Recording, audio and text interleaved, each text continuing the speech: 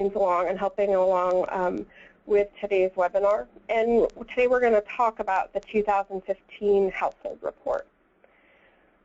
So this webinar will focus on a few different things. We're going to talk a little bit about putting the form into OLDC. We're going to spend the bulk of the time, however, talking about what's new in this report, and that includes the new data requirements as well as some of the validation checks that you'll see in this year's report that were not there last year. We'll cover a few common issues that folks have with a household report and possible solutions, and then we have opportunity for questions scattered throughout the webinar. So we will go over that as well as talk about future webinars that are upcoming.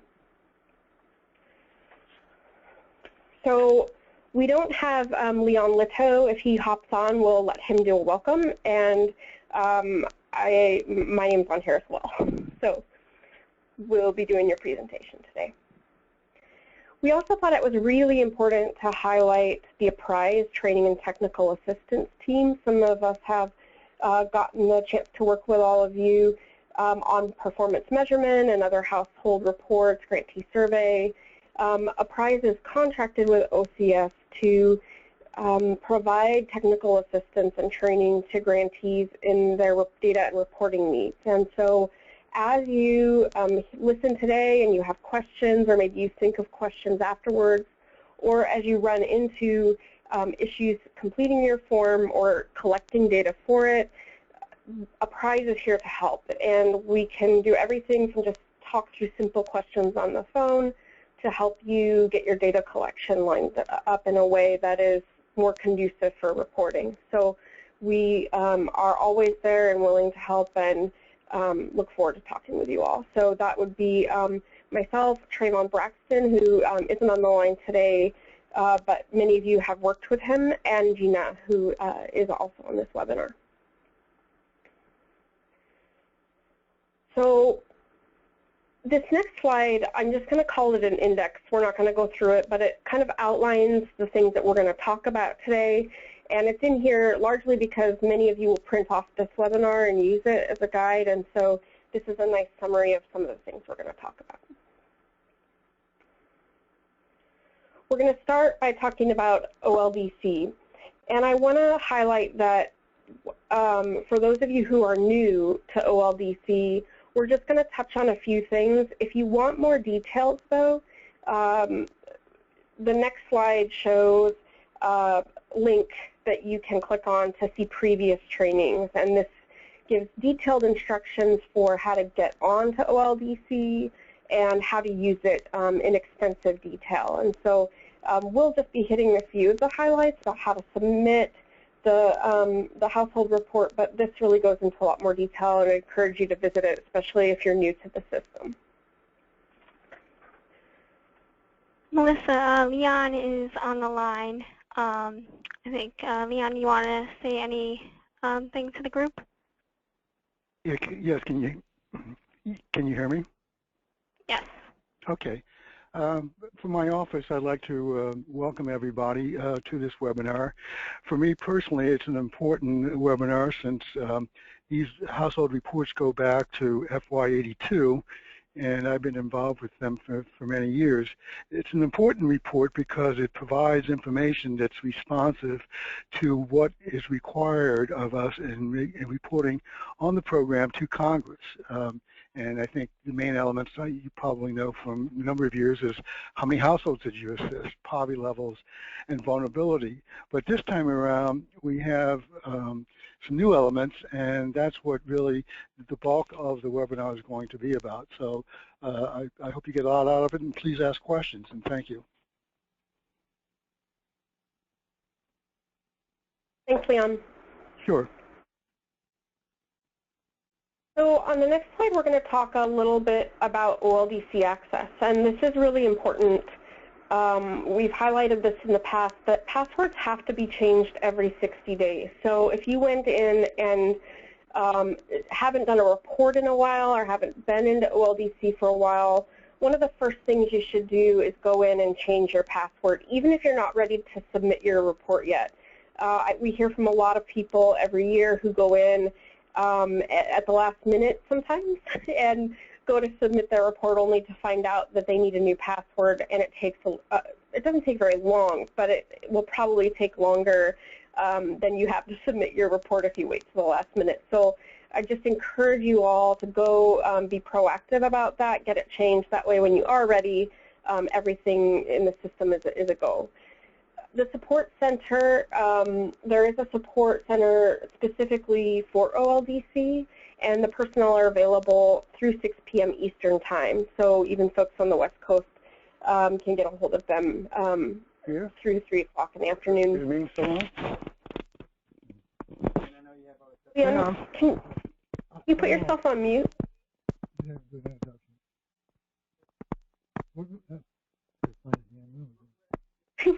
All right, so the schedule for, we wanted to go over the schedule for household reporting because it's just a little bit different than what you may have seen in past years and what you can expect next year. So normally a preliminary household report is due with your state plan at the end of August, and this year that did not happen. And so next year you can expect that once again you will have to fill out a preliminary household report with your state plan and then to submit a final household report on the 15th of December. This year everyone was granted an extension until the 31st. So David Carroll, many of you know, has this slide in the webinar probably 6 times. And the reason why is that some people learn visually, but more importantly, it's to underscore that the process of initializing through submitting your report in OLDC is a step-wide process. So it's not go in and complete it and you're done. There are multiple steps, and OCS doesn't consider the report submitted until you hit that submit button. And so if once the electronic signature is done and you've got that certification, that doesn't mean your report is in. You must click submit. And so this just is a good reminder for everyone about the steps that need to be taken. And we'll go over just a few of those here, beginning with the next slide. So to begin the report, to just get it initialized, it's a little bit like your password. You can go in and do this even if you're not quite ready to fill out the report, but you need to initialize the report. And so you do that by going into OLDC and selecting your state. You'll see in step 2 there in the picture, and then the report name, which is a household report long form. Once you click enter, it'll take you to the next screen in OLDC.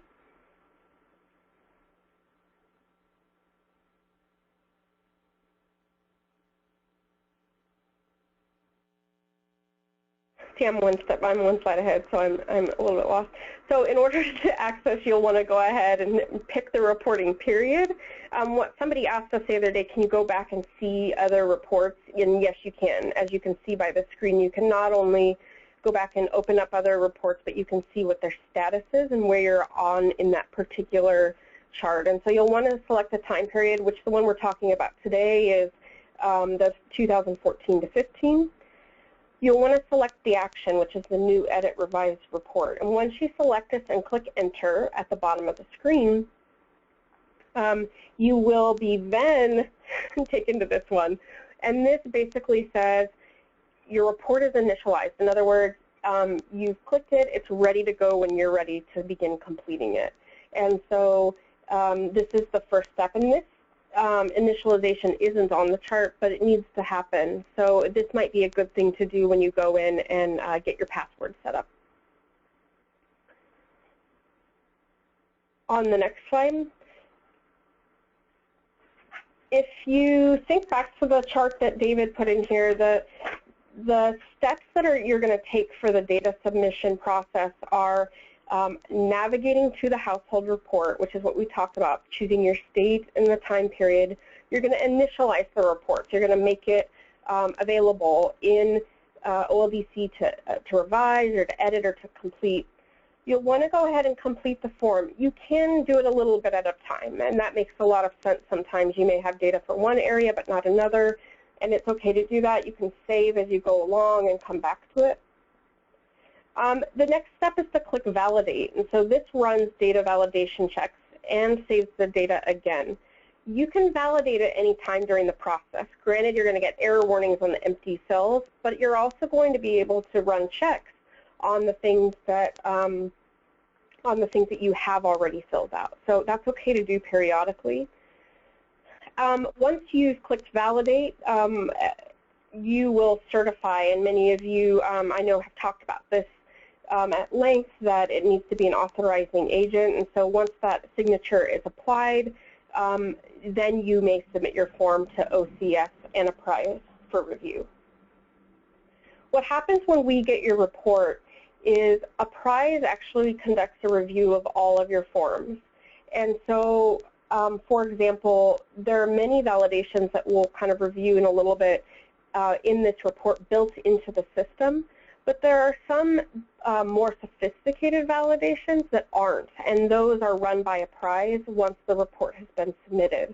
And so we'll identify reporting issues, and then Gina or Trayvon will be reaching out to states to ask clarifying questions, to talk about revisions, and so forth. Once items requiring a revision have been confirmed with your office, we will encourage you to go back in, make the revisions, and resubmit the form. And this slide, see, here's this chart again. So this slide once again goes in, and when you talk about editing or revising your form after it's been submitted, you're literally going backwards back down the stairs. So you, if you go to the next slide, you'll see that you're going to, well, the next slide, I guess, talks about unsubmitting and editing original and uncertifying. Gina's trying to keep up with me. But if you want to go backwards, one more, Gina. Sorry, I made you jump ahead too soon. If you do want to access a submitted report, you kind of go through the same process as you did to select your previous report. You'll select the reporting period. You'll see that it was validated with warnings. You can go back in, and you'll select View Print Status Approved Report. And you'll need to go in and basically select that report to make the decision about what you want to do, and then you go to the next screen. And you'll notice that you can unsubmit the report. You're going to click Edit Original. You're going to click Uncertify, and then it will be available for editing. It's really important here that if you run into issues, some people call us every year and they say we can't get a hold of our report for editing. It's locked. And sometimes this can happen, and so we encourage you, if the form you're trying to edit or revise is locked, to contact your OCS liaison. Because if they're reviewing, in the process of reviewing your report, then they will need to literally unlock it in order for you to go back in and make revisions. So try contacting your OCS liaison first, and they will help you with that. So next slide. Here's the steps again, and we can go to the next one.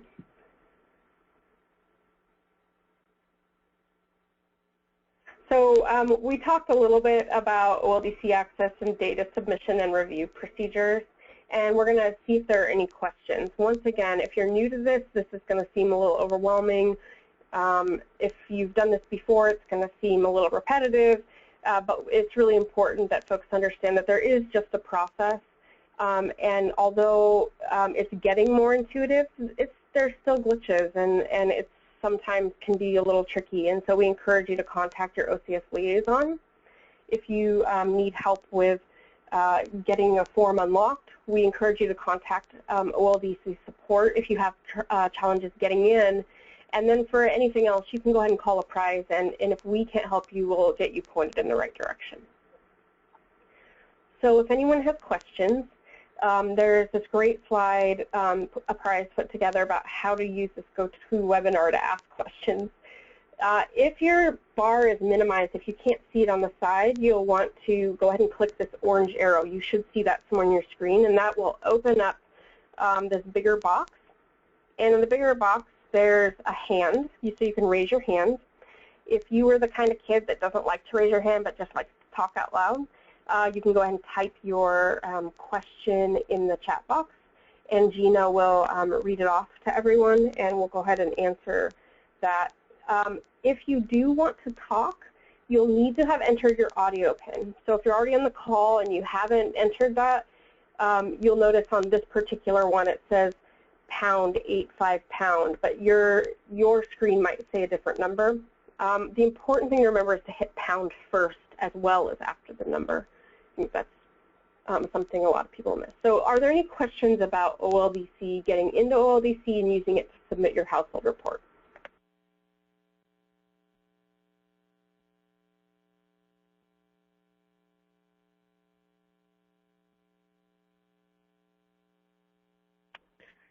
No questions, so we'll move on.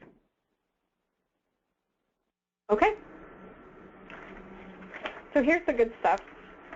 We're going to talk right now about what's new in the household report form. And we had a webinar on Tuesday, and so we have some clarification since then. And so you all get the benefit of the hard questions that were asked on Tuesday and some clearer guidance, I think. The things that we're going to talk about are the crisis benefit reporting. It's changed a little bit. Nominal benefit reporting. The new line you see about LIHEAP assistance benefits. We'll talk about that, and then we'll talk about the definition of that as well. So we'll go over these in detail, but really what you're going to see, actually let's just jump one ahead, Gina. So the first thing that we're going to talk about is the alignment of crisis payments. Many of you know that in the grantee survey, you're asked to break out crisis by year-round, winter, and summer. However, the household report has always been one category for winter, year-round. So this year what you'll see is two lines, and you're asked to go ahead and separate out your crisis or put it in the appropriate spot.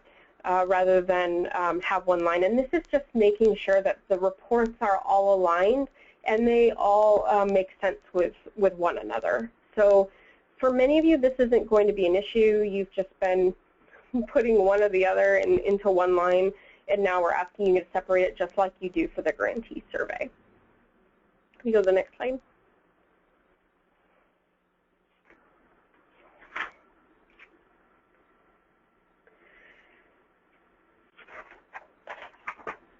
So you'll notice that in the new report, poverty distributions are still required for heating, cooling, now year-round and winter crisis, summer crisis, other types of crisis, equipment, furnace repair, replacement, and weatherization. But they're not required for some of the new things you're seeing, like any type of bill payment assistance and nominal benefits. And just like last year, they're also not required for any type of LIHEAP benefit, and this is that unduplicated count across all LIHEAP. So this kind of outlines what the percent of poverty is and is not required for. And the next screen outlines where you need to report vulnerable population counts. So this one is a little more inclusive. Any type of LIHEAP benefit, although you don't need to report poverty intervals, you do need to present data regarding the vulnerable population counts across that unduplicated number. You still do not need to report vulnerable population counts for any type of bill payment assistance or nominal benefits, which we'll go over here next. So many of you can recall, especially if you did the Heat and Eat program or something similar, that many of you did nominal payments. It started out for some of you years ago as $1. It's since gone up to less than $50. And so many of you reported these households in the notes section. So there was not a particular line item for these nominal payments. We just would have you enter it into the notes. And there's a lot of confusion over that. Where do these households get reported? Do they get folded into the unduplicated count? And So we were really using the notes section as a workaround. And so this year, if you go to the next slide, there's actually a new nominal benefit reporting line. The challenge, what's a little tricky about this is that many of you say, well, we don't do heat and eat, so this doesn't apply. But the new rule says that a nominal payment is defined as any LIHEAP grant $50 or less. So this includes heat and eat or cool and eat programs, but it also includes households receiving other LIHEAP cash benefits of $50 or less. So there are many of you who give smaller benefits, for example, to subsidized housing, households. Some of you just have a benefit matrix that gives low payments. And so we're not just talking about heat and eat. We're talking about any cash bill payment assistance benefits that are $50 or less. An important point here is this is a total, not unduplicated count of assisted households. And that'll become more clear when we talk about how you might get this out of your systems or your data. But I think the important takeaway from this screen is the whole idea that we're not just talking about heat and eat here. We're talking about any bill payment assistance cash benefits at $50 or less. OCS still wants you to put a note in the notes box regarding any nominal benefits. So the amount of the nominal benefit provided per household, that would be, in some cases, for some of you, that might be an average, or it might include descriptions of a heat and eat or a different kind of payment plan. And then this also asks for descriptions of the plan itself, not just the dollar amount.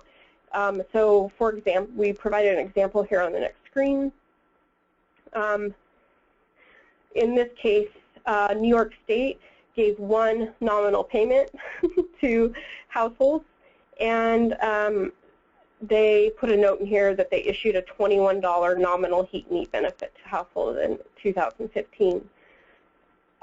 So even if some of you may have multiple programs, so New York State could have a heating assistance program that gives a very low, I'm just making it, by the way, New York State. So may have a payment matrix that gives $30 payments to subsidized households, as well as the heat and eat program, in which case you would put 2 notes in here that really clarify what that is.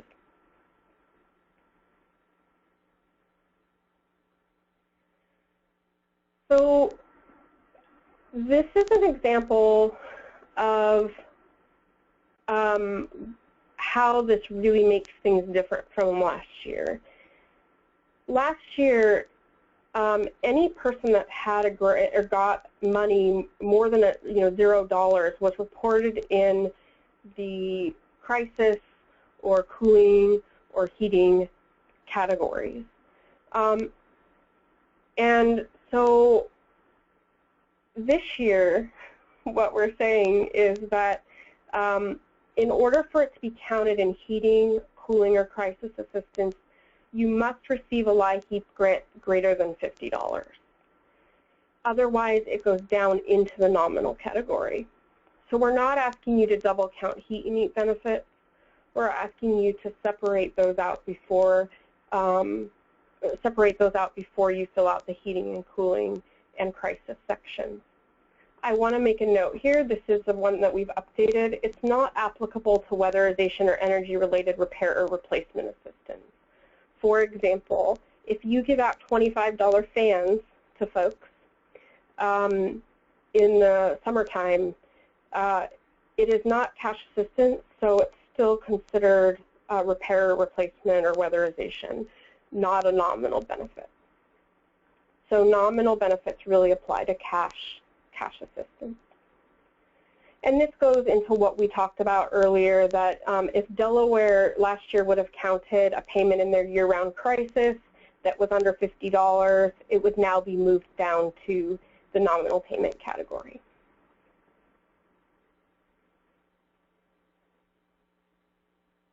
So I think this might be the best slide in the whole deck. So if you print one out, this is it. Because this really talks about how you're going to run your data differently, whether you use a system or whatever system you use. These are the steps that you would take to get to this new data. The first is to separate out households that receive a nominal LIHEAP grant of $50 or less. So take those out of the equation at the very beginning, and then run your same numbers like you used to.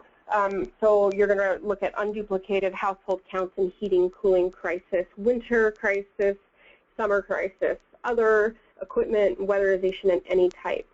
The only difference here from last year is the year-round and winter crisis, but you'll want to make sure you've classified which is which. The bill payment assistance step is next. And I want to underscore that this data is optional for this year. It will be required next year. So bill payment assistance is any LIHEAP benefit used to pay a share of energy bills and utility deposits. So there's a nice description here of what that does and doesn't include. We're basically talking about anything heating, cooling, crisis, summer crisis, another crisis that directly impacted a person's bill. So bill payment assistance. It doesn't include weatherization, energy-related repair replacement assistance, or households that got the nominal benefit, which we're now defining as $50 or less. And so the other thing that was added to the slide is that when you do start looking at those nominal benefits, those payments of $50 or less, you're going to look at the total, not the unduplicated count. So you do not need to unduplicate those.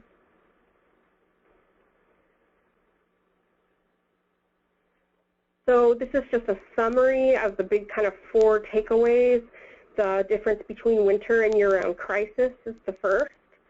The second is this idea of nominal benefits. So any payment less than $50 is now going to be put in its own category and not counted in other places. There's a change in the definition of LIHEAP assistance benefits, both because we're saying it's anything over $50 and because we've added the bill payment assistance line item, which only looks at bill payment assistance. All of this is really overwhelming and difficult kind of to get your head around until you see it or you get into the data. But there are really detailed instructions here at the bottom. There's a link at the bottom of the page, and I encourage you, not just you, but if you have IT folks who are pulling your data for you, for your IT folks to take a look at that as well. And then contact us if you have questions. If you're not quite sure where a set of households go, if you're not quite sure how to cut the data right, you can get a hold of us, and don't bang your head against your desk for very long. Chances are we'll be able to answer your question pretty quickly and give you even some direction on how to solve issues that you might be having. So I really encourage you to call, read the instructions, go over any questions you might have. We're going to take questions now. Once again, the directions are the orange arrow will maximize your screen and let you raise your hand, or go ahead and just type a question in the chat box.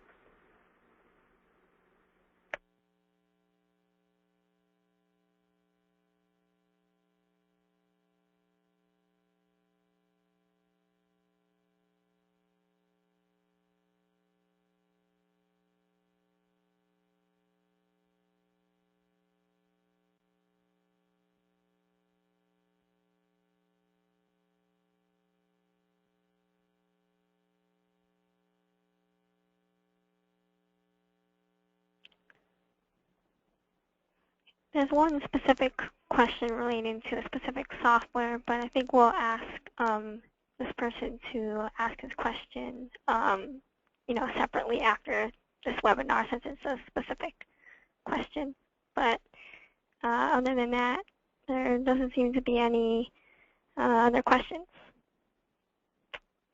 Which means everyone is either already got this or are just really overwhelmed.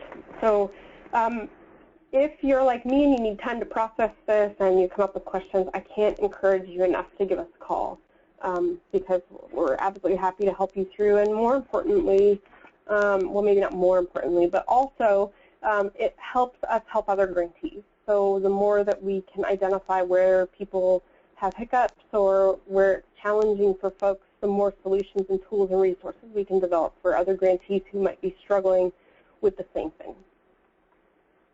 So I'm going to talk a little bit about validation. We talked about that earlier in the webinar, and we'll go over it again. Some of you are really familiar. We're going to, with the validations in OLDC because you've done this for a few years now. We're going to go over just the basic ones that you see. We're going to talk about new ones. We're also going to talk about the difference between fatal errors and warning messages and what you need to do to get past those. So we're calling these basic validation checks. They could also be called existing validation checks. In 2014, we added these to the household report form. And basically, this looks at differences between 2014 and 15, both in terms of outliers and year-to-year consistency. So in the next slide, we'll talk about outliers. If a number is drastically different than what it was in the previous year, it's going to cue you to take a look at that number again. The system will give you a warning message, and it'll say, you know, this far exceeds the amount that you gave last year, or it's significantly less. So are you sure you, it's basically saying, are you sure you typed in the right number? And it gives you a chance to change that. And so here's an example where in 2014, a grantee had 1,500 households get served with summer crisis, and then in 2015, we see it at 145. And so that's a significant difference that'll kick off that validation and just make sure that you didn't mean to type 1,450, for example. And if you want to go to the next screen.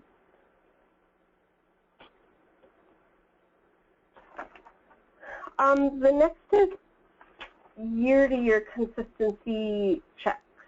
And this is really about, it's kind of a different variation on what we just talked about. If a household has no program reporting one year and then all of a sudden they have a summer crisis program, it's going to put a warning. Did you mean to put the number in this box? So if you want to go into the next screen, it's probably easiest to look at an example.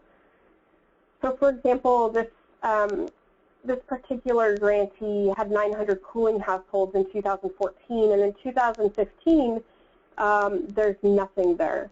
And so this warning is going to pop up, and it's basically going to say, are you sure that you're putting the numbers in the right boxes, or did you really cut your cooling program?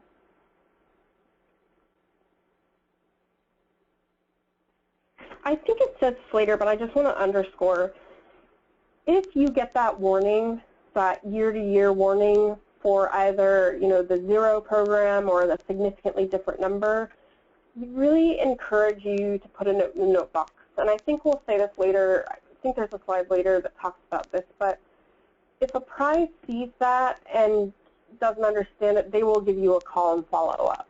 So if you don't want to be chased down by Gina and Trayvon to find out, just put a note in the note box that says something like, we cut our cooling program in 2015. It just helps that if you see a warning, if it triggers a warning, to put a note down to explain why. And I'll just tell you, besides avoiding Gina and Trayvon, even though they're very nice people, it also helps with folks in your office. I've seen a lot of new coordinators come in this year, and even last year, and sometimes there's not a lot of time for training or replacement, and so they're looking at numbers and trying to make sense of why a number is the way it is. And so these notes and the notation you put in this report will also help your staff identify why is that number there. So it's just a good practice to get into, and I'd encourage you to do that. So in 2015, we also have a form-to-form consistency check. And what this is basically is that we're going to be looking at the data in your household report and make sure it jives with your model plan data that you turned in September. And so if the next couple slides give examples, basically if you say something like, we have a cooling assistance program in your state plan, and then when we get to your household report, we see no cooling assistance numbers, it's going to trigger a warning. And I think the next slide shows this example perfectly. So in the model plan, you've checked that you do have a cooling assistance program, and you've put down your dates of operation. But when we get to your household report form, it's not showing any cooling numbers. And so you will get an error message that says, which one of these is right? Is it, do you need to go back and modify your state plan, or do you need to relook at this number in your household report?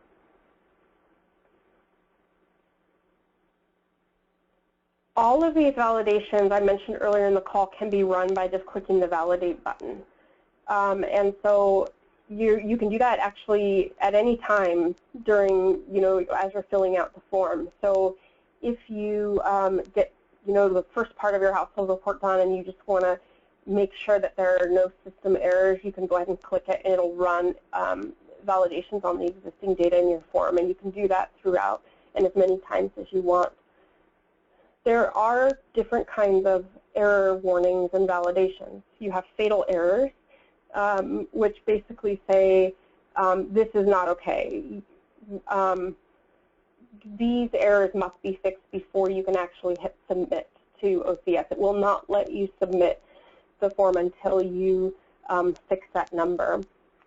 And then warning messages, this is what we've been talking about. There's inconsistencies that we want you to double check, but that may be just because of your program design or program changes. And so we'll ask you to put notes in. So if you go to the warning to kind of figure out what it is, this is how you're going to do it. A warning will show up like this. It'll say go to the error. And if you want to go see what it's actually talking about, it'll take you to the error itself. And then if you click the long description, it'll tell you why it's kicking out a mistake. And here's an example. This is a fatal error. If any type of LIHEAP assistance exceeds the sum of households that received, the following error message will appear. So in this case, the grantee has reported that 22,000 people got heating, 1,000 people got year-round crisis, and 500 people got weatherization. And then they're saying that 40,000 people got any type of assistance. And you don't have to be super good at math to understand that this is impossible, that somewhere there's a bunch of households missing. And so this is when an example of when a fatal error would pop up and say this just isn't possible. Recheck your numbers before submitting.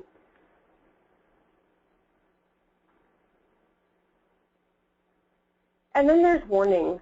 And so sometimes this is a good example of a warning because we get a lot of calls about this one. I don't understand. In this case, there are 22,000 people that got heating and 1,000 people that got year-round crisis, and they've reported any type of assistance at 22,000.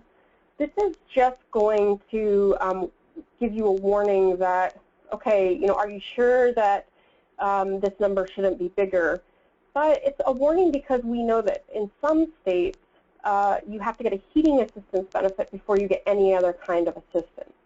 So we know that it's actually possible, but we are going to ask you to put a note in the note section so that we know that that is the right number, you've checked and you've verified that.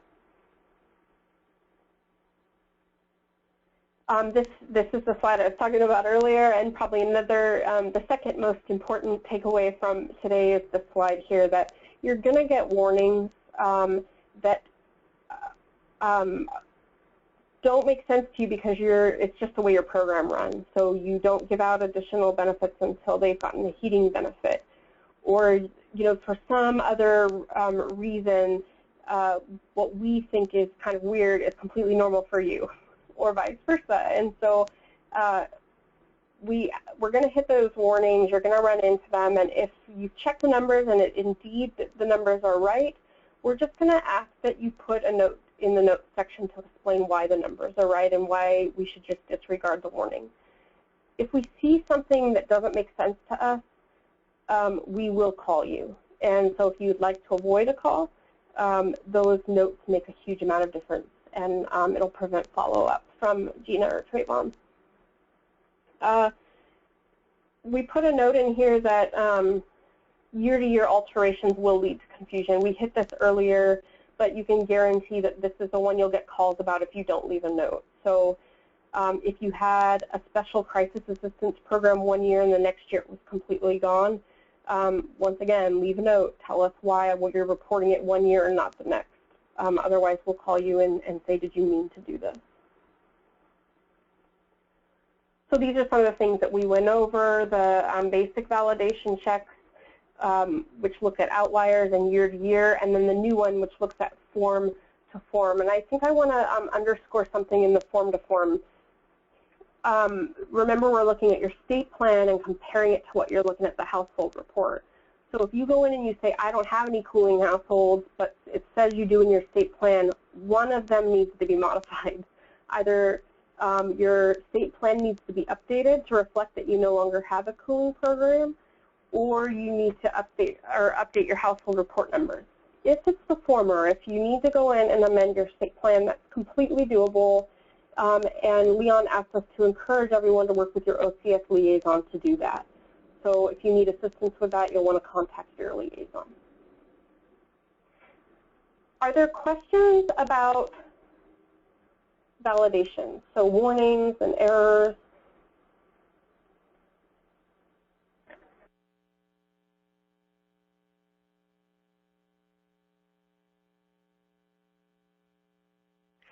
Melissa, no questions. Just will these slides be available for grantees to view after the session? Yes. Okay, great. If there aren't any other questions, we'll move on to the last topic. Okay.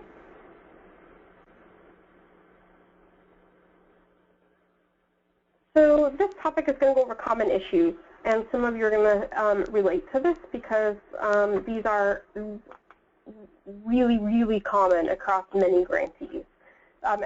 Especially if you're new or there's changes in your programs, you're going to run into some of these issues. So we'll go over them. The program operations versus the state plan, we've talked about that a little, but we'll go into a little more depth. Unduplicated count issues, weatherization data, and then the new nominal benefit reporting. So once again, just to reiterate that there is a new form-to-form consistency check. And so we see this happen all the time, that you get less money than you planned, or there's been an organizational change in your agency or department, or for whatever reason you've changed policy and you've decided you're no longer doing a crisis program, or you have a propane crisis and so you redirect some of your funding and you cut other pieces. There's so many different reasons for making changes on the ground in the work that you're doing. But it's sometimes hard for us to remember that we need to go back and update the state plan to reflect those changes. And so this just emphasizes again that if you try to report on households in the household report and that doesn't jive with what you've said you're doing in your state plan, it's going to bring that up, and you may need to take a step back and go back and amend your model plan. And once again, as Leon suggested, working with your OCS liaison to do this is important.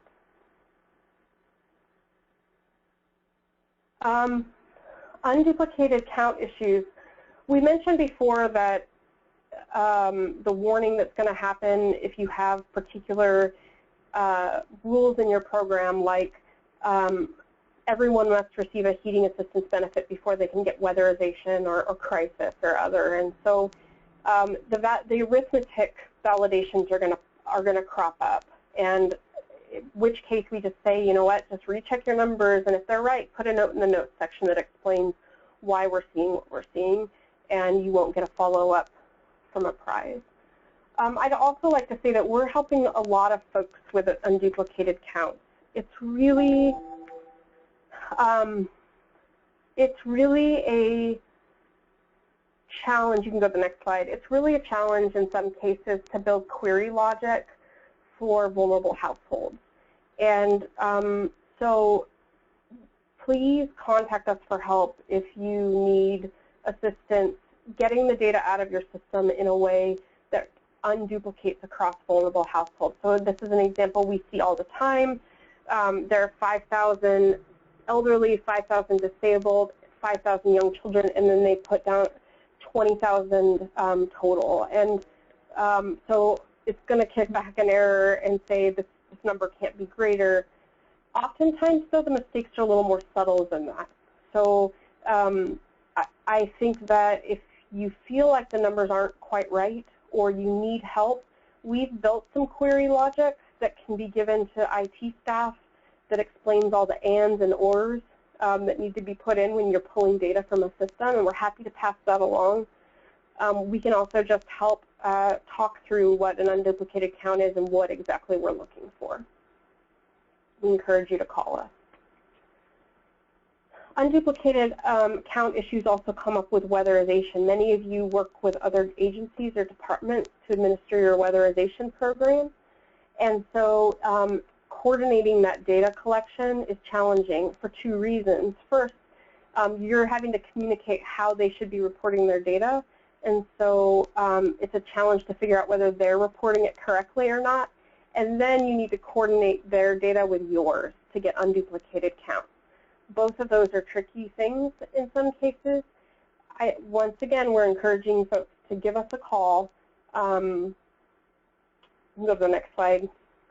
Apprise has worked both in terms of helping state IT staff and program staff deduplicate the data between departments. We've also, though, helped actually on the ground with facilitating meetings between the weatherization and LIHEAP folks. And in some cases, maybe mediation is a better word. But that can sometimes be a challenge just to coordinate data collection, and sometimes you'll get weatherization grantees that say, I'm only going to give you the minimum required, and which is fine. But if you need help communicating those requirements, Apprise and OCS or both are happy to help you with that.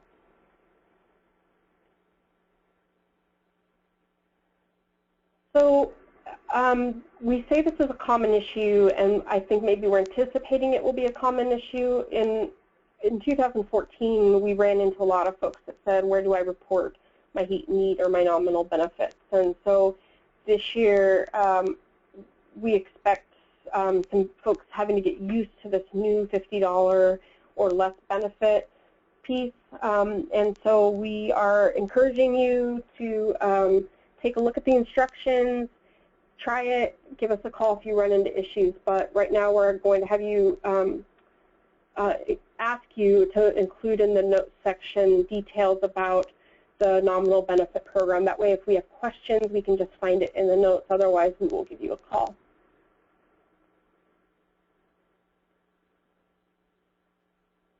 So once again, a lot of these are validations, making sure your state plan is updated, unduplicated count. Unduplicated count, you are also going to run into weatherization data challenges if you are facing those already. And then in the past, and we anticipate potentially this year, a little bit of transition with the nominal benefit reporting. And in all cases, we're happy to help in a number of different ways, whether it be serving as a liaison or a mediator, or just helping your IT staff run better queries. Apprise has kind of a range of expertise that we're willing to offer and help with.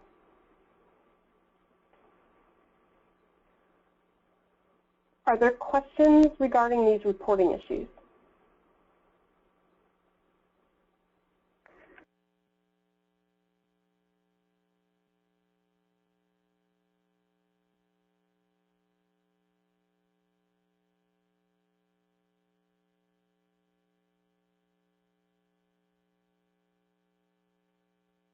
Okay.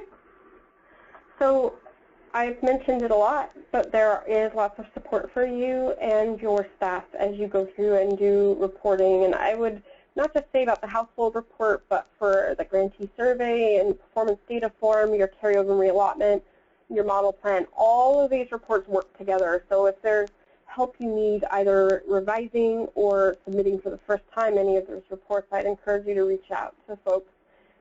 We have the OCS liaison link here. This will, if you don't already know who your liaison is, this is the link that will tell you that. The OLDC Support Center is really there to help you get established so that you can do your reporting in OLDC. And once again, the Apprise team is available to work with you. And if we can't help you or it's more appropriate for someone else to help you, we'll get you pointed in the right direction and set up with that. Before we go to this, I actually want to go to the last slide, Gina, like we did the other day. We do have future webinars. The LIHEAP Performance Data Form, and this is actually the grantee survey portion of the Performance Data Form. We'll be having a webinar next Thursday on the 17th at the same time. This is for people that want to get to work right away on this form before the holidays. And then we'll have a follow-up on the 5th of January. And you're all welcome to come to one or both, or to send different staff to either one. But both of those will be helpful for completing the grantee survey portion of the performance data form. And now we can go back to questions about any part of the webinar.